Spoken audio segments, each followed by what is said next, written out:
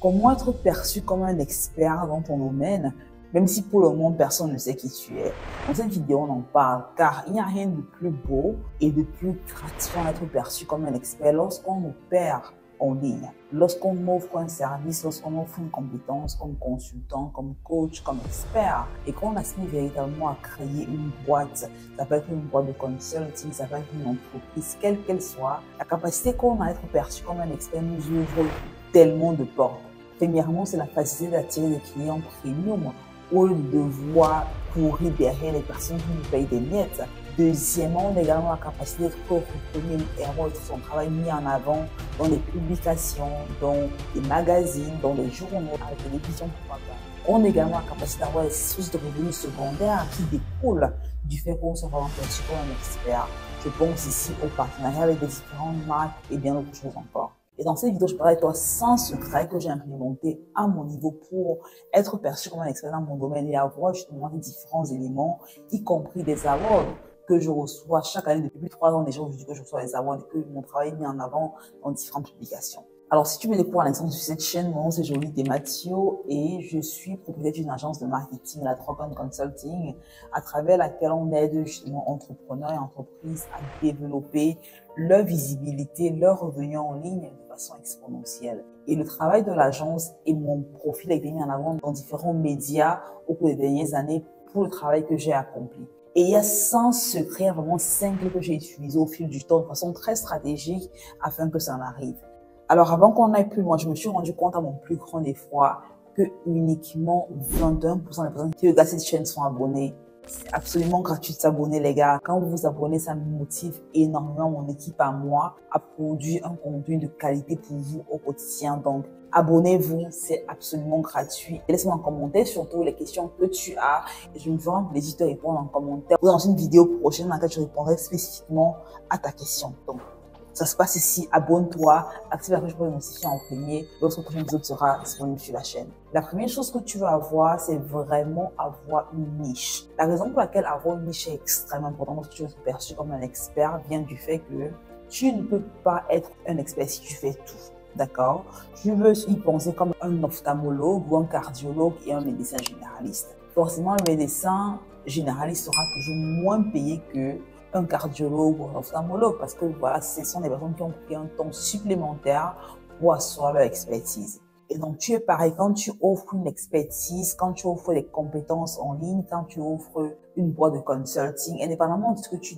fais, il faut que tu te rendes compte que même si tu as pas mal de talent, même si tu as pas mal de connaissances, de compétences, choisis celle que tu penses étant la plus importante, celle qui est ayant le plus d'impact et assois ton expertise autour de cette compétence-là, au moins pendant un temps. Car lorsque tu commences par asseoir ton expertise dans une compétence ou autour d'un résultat concret, ça permet que tu attires des clients qui ont besoin de l'expertise que tu as. Imaginons par exemple ici que tu es un consultant en marketing, d'accord? Tu peux toi soit dire que je suis consultant en marketing et je vous aide avec vos stratégies d'email marketing, de media buying, de création de tunnels de vente, d'optimisation de vos réseaux sociaux, de création du contenu en ligne et bien d'autres choses encore.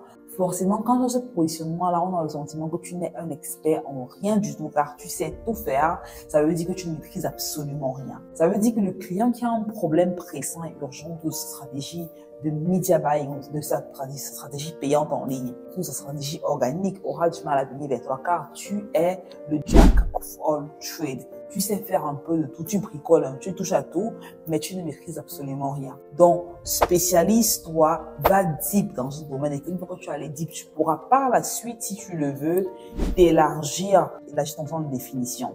Je pense que l'une des pensées limitantes que beaucoup de personnes ont lorsqu'on parle de niche, ils ont le sentiment que la niche, c'est pour toute leur vie, ce qui n'est absolument pas le cas. Quand tu niches, ça peut être stratégique, ça peut être pour une saison. Tu peux par exemple aller au fond d'une niche pendant 2 ans, 3 ans, 4 ans, tu ne parles que de ça, dans le but de te créer un positionnement sur le marché, attirer des clients premium. Mais après, une fois que tu as ton expertise, tu peux, voilà, essayer de parler de différentes choses. Par exemple, quand j'ai commencé à créer du contenu en ligne, initialement, je parlais uniquement de la publicité payante. Je parlais uniquement de la publicité payante sur Facebook, Instagram, YouTube et Google. C'est uniquement ce que je faisais. Aujourd'hui, vu que ça fait un petit moment que je le fais déjà, je peux avoir la liberté d'élargir mon contenu, parler de vente, parler de stratégie d'optimisation, de tunnel de vente, et ainsi de suite. Parce qu'aujourd'hui, tous qui me suivent savent où mon expertise est assise. Donc ça, c'est la première clé. La seconde clé, c'est vraiment démontrer ton expertise. Beaucoup de personnes disent qu'ils sont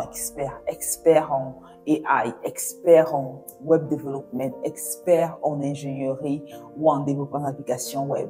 C'est facile de dire qu'on est un expert, mais c'est beaucoup plus difficile de le prouver. Pas prouver, si je veux vraiment dire, montre pas tes résultats, montre pas le résultat de tes clients que tu as accompli des choses intéressantes. Car il n'y a rien qui parle plus que des résultats. Il y a un dicton dans le domaine du marketing qui dit, si tu veux me montrer que tu es vraiment excellent, laisse que d'autres personnes me disent que tu es excellent. Car si d'autres personnes me disent que tu es excellent, c'est la preuve que tu es vraiment excellent. Et donc, tu veux te dire ici, quand tu travailles dans un domaine autour duquel tu vas sur ton expertise, est le réflexe de demander des avis et des revues à tes clients. Même si tu as travaillé gratuitement, même si tu as travaillé à un prix discount, demande qu'ils te laissent un avis, demande qu'ils te disent ce qu'ils ont pensé de ton service, de ton produit, de ce que tu leur as offert. Car je te garantis que il n'y a rien qui vend comme des revues. Quand des personnes voient ce que tu as pu accomplir, obtenir comme résultat pour d'autres personnes, que juste comme elles sont galvanisées, elles sont beaucoup plus ouvertes, elles sont beaucoup plus à même de te payer pour travailler avec toi également. Donc, pense à prouver, à démontrer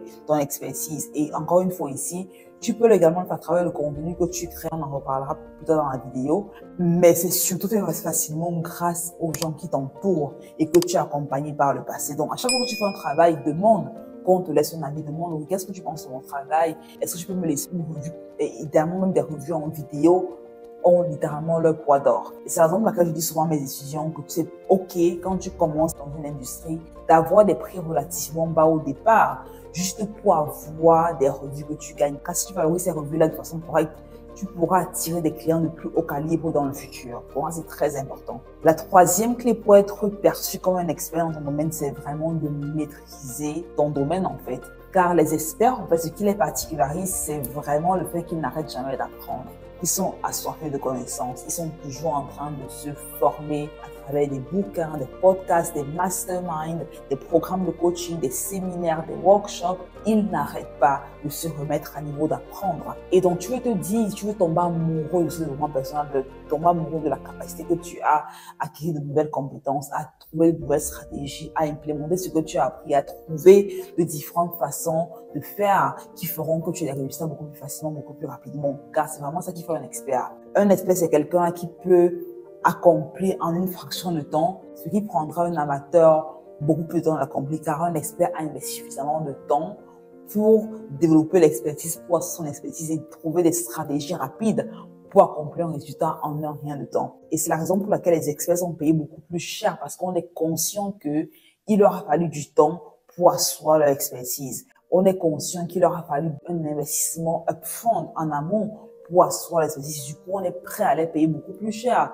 que ce soit par exemple pour un discours, un public speaking engagement, que ce soit pour une consultation, que ce soit pour un travail précis et rapide. On les paye plus cher parce qu'on est conscient de ce qui a été requis pour qu'ils arrivent à ce niveau d'expertise-là. Et ce que j'aimerais te rappeler ici, c'est que pour être expert prend du temps, ça prend de la dédication, ça prend de la persévérance, ça prend une abnégation assez particulière. Beaucoup de personnes veulent très souvent avoir des résultats d'experts, mais ne sont pas prêts à faire ce qu'un expert fait. Parce que un expert, c'est celui qui va passer des nuits à travailler sur le projet, qui va se réveiller à l'eau pour travailler sur son projet, qui va être obsédé au quotidien de son domaine, de son expertise. Il travaille constamment à la chose en question, même qu'il ne travaille pas sur la chose en question, il y pense. Il se demande comment est-ce que je peux l'améliorer, comment est-ce que je peux mieux faire. Donc, il faut te rendre compte que c'est un parcours qui se fait pendant toute sa vie et pas forcément pendant une saison longue. C'est vraiment un investissement que tu fais sur le long terme car tu deviens un étudiant perpétuel. La quatrième clé va être ici de devenir visible. C'est vrai.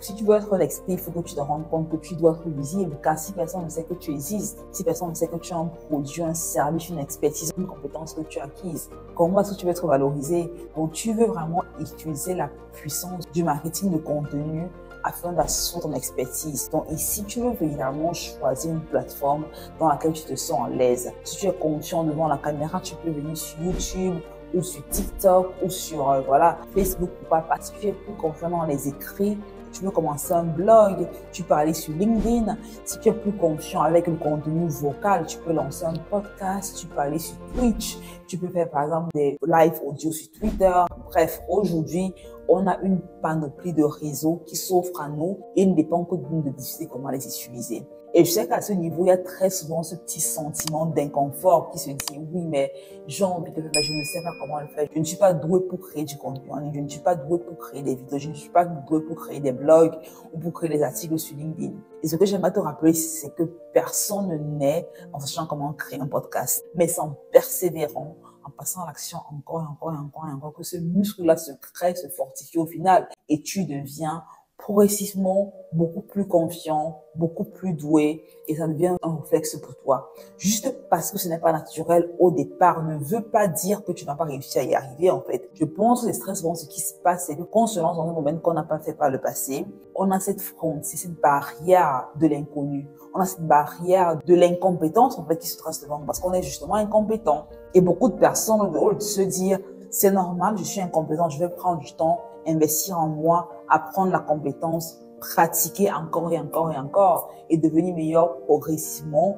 Beaucoup vont se dire, tu sais quoi, c'est pas fait pour moi, je passe à autre chose parce que c'est trop dur, ça ne sert à rien. Et ce que j'aimerais te dire, c'est de te demander combien est-ce que ça me coûte, quel est le coût d'opportunité, qu'est-ce que ça me coûte concrètement de ne pas apprendre cette compétence qui peut me propulser à un niveau supérieur. Quand c'est facile de te dire, ok, bon, je ne vais pas le faire, ça ne me sert pas, je ne sais pas comment le faire, je ne suis pas tech savvy, je n'ai pas le dernier téléphone, je n'ai pas les dernières caméras. C'est vrai, une excuse que tu peux avoir, mais combien est-ce que cette excuse te coûte? Si tu peux avoir ton message, ta visibilité, ton impact, tes revenus, tes offres vues par des millions de personnes et parce que tu as peur de la technologie, tu refuses d'apprendre, ça te coûte très cher. Ça te coûte en fait ta vision et ce qui n'est pas du tout fun, d'accord? Donc, vraiment, prends la peine de challenger, commence à créer du contenu. Ce que tu veux faire ici pour créer du contenu, c'est de demander autour de mon exercice pour lequel je vais être visible, quels sont les différents points que je vais aborder. Et vraiment, fais un brain dump. Fais un brain dump de tout ce que tu as appris par le passé, qui est à ton expertise. Ça peut être en termes de, par exemple, ok, je suis un expert dans les stratégies payantes de marketing en ligne. Ok, d'accord, ça veut dire que je maîtrise Facebook. Je maîtrise YouTube Ads, je maîtrise Google Ads, je maîtrise comment scaler des campagnes sans forcément perdre en retour sur investissement. Je maîtrise comment peut-être créer des tunnels de vente ou les optimiser. Je maîtrise la data analytique qui est requise pour optimiser les campagnes. Bref, fais un brain dump de toutes les compétences que tu maîtrises. Donc, quelles sont celles que je me sens plus confortable autour desquelles je peux créer un contenu aujourd'hui. Donc, tu commences avec ça, tu crées du contenu également. Tu veux t'assurer que le contenu que tu crées répond aux frustrations, aux besoins, aux problèmes, aux désirs que ton audience idéale a, que l'audience que tu veux idéalement toucher a. Parce que c'est ça qui va les attirer vers toi. Mais créer le contenu à l'ère à laquelle on vit, c'est absolument gratuit. Il est important que tu te rappelles également que l'attention, aujourd'hui, c'est l'attention, c'est vraiment plus important même que l'argent. Parce que les gens, aujourd'hui, ont une attention limitée. D'accord? Parce qu'il y a tellement d'informations qui est présente en ligne. Et donc, si tu réussis à créer une communauté autour de ton expertise, je te garantis que tu pourras la monétiser de façon assez intéressante et même avoir un impact plus important autour de l'expertise que tu as acquise. Et la cinquième clé va consister à tomber amoureux de ta vision, tomber amoureux de ta mission. Beaucoup de personnes ont du mal à persévérer lorsqu'il s'agit d'augmenter en visibilité, de se positionner comme un expert dans leur domaine parce qu'elles ne sont pas amoureux de leur mission. Tu veux te rendre compte que l'amour que tu as pour ce que tu fais doit te pousser à travailler, même quand tu n'as pas envie de travailler, doit te pousser à te retrousser les manches, à bosser, à être hors de ta zone de confort. Car si tu n'aimes pas fondamentalement ce que tu es sur le point de faire, si tu n'aimes pas fondamentalement ce que tu es appelé à servir, ce qui va se passer, c'est que à un moment donné, tu vas tout simplement jeter l'éponge. Tu vas te dire que c'est trop difficile, je n'y arrive pas, ça ne sert à rien, je préfère changer de cap. Et beaucoup de personnes, justement, vont se lancer une activité, vont commencer ce processus et vont lâcher prise parce qu'elles n'ont pas développé un amour profond pour ce qu'elles font. Elles n'ont pas développé un amour profond pour ce qu'elles sont amenées à servir. Et c'est la raison pour laquelle j'aimerais que tu t'arrêtes ici, que tu prennes carrément un calcul, que tu te demandes également quel est mon pourquoi. Au-delà des acclamations, au-delà des highlights, au-delà de la popularité, pourquoi est-ce que tu veux être vu comme un expert? Quel est le besoin derrière? Quelle est la vision derrière? Quelle est la mission derrière? Quel est ton pourquoi? Car plus ton pourquoi sera profond et sera beau, plus tu pourras faire face aux challenges, aux difficultés, tu pourras continuer à avancer. Et plus également ton pourquoi sera confort, plus tu pourras également naviguer les challenges, les pertes, les leçons, les échecs qui sont inévitables lorsque tu décides d'augmenter en visibilité, lorsque tu décides d'être présent, parce qu'il y a également des critiques que tu vas recevoir, des personnes qui vont regarder ton contenu, qui vont lire sur ton contenu. Au départ, quand tu commences, tu es ignoré, après tu es critiqué, et après les critiques, tu es acclamé en fait. Et donc beaucoup de personnes qui commencent, ils sont ignorés, ils abandonnent parce qu'ils n'arrivent pas à passer ce cap-là. Donc tu veux passer, tu te rends compte que c'est un processus qui est normal, tu seras ignoré au départ, personne ne saura ce que tu es en train de faire en dehors de tes amis, de ta famille. Après, tu seras critiqué quand tu commences à créer ton audience. Tu auras des gens qui vont te lancer des pierres. Tu vas te rendre compte que ça ne doit pas te faire chavirer. Et finalement, tu seras acclamé. On va te dire, oui, mais franchement, il est brillant. Elle est tellement brillante. Elle est naturellement comme ça. Il est naturellement comme ça. Alors qu'il a fallu du temps, il a fallu du travail, des répétitions constantes pour que tu arrives à ce niveau-là. Donc voilà ainsi les 5 clés que tu veux avoir à l'esprit si tu veux devenir un expert dans ton domaine. Chacune de ces clés, je les ai appliqué dans ma vie personnelle. Quand j'ai commencé à créer du contenu en ligne en 2020, je me rappelle au départ, c'était très frustrant de n'avoir aucune interaction, de n'avoir aucune visibilité, d'avoir des gens qui par la suite te critiquent, te lancent des pierres, te disent que ton contenu a peu de sens, mais malgré ça continue à avancer. Également, il faut te rendre compte que quand tu décides de devenir un expert, c'est un processus qui ne s'arrête pas. Comme je disais encore tantôt, investir en moi à travers différents masterminds, coaching, formation, des bouquins, bref, ça ne s'arrête pas parce qu'il faut se rendre compte que le monde dans lequel tu es, les choses peuvent avancer assez rapidement. Donc, tu dois rester connecté avec les nouveautés qui surgissent dans ton domaine en question. Dis-moi en commentaire laquelle de ces clés implémenteras-tu immédiatement. Si tu veux encore aller plus loin, avoir exactement les étapes que tu veux suivre pour lancer un business prospère et épanouissant, je t'invite fortement à télécharger dans la description de la vidéo le guide qui te montre comment y arriver. C'est absolument gratuit. J'espère que ça t'apportera encore autant de valeur que cette vidéo. On se retrouve au prochain épisode. Je te souhaite une excellente journée, une excellente semaine, une excellente vie. Regarde cette vidéo-ci dans la même foulée que celle que tu viens de regarder pour aller encore plus loin. Allez, on se voit très vite. Bye bye.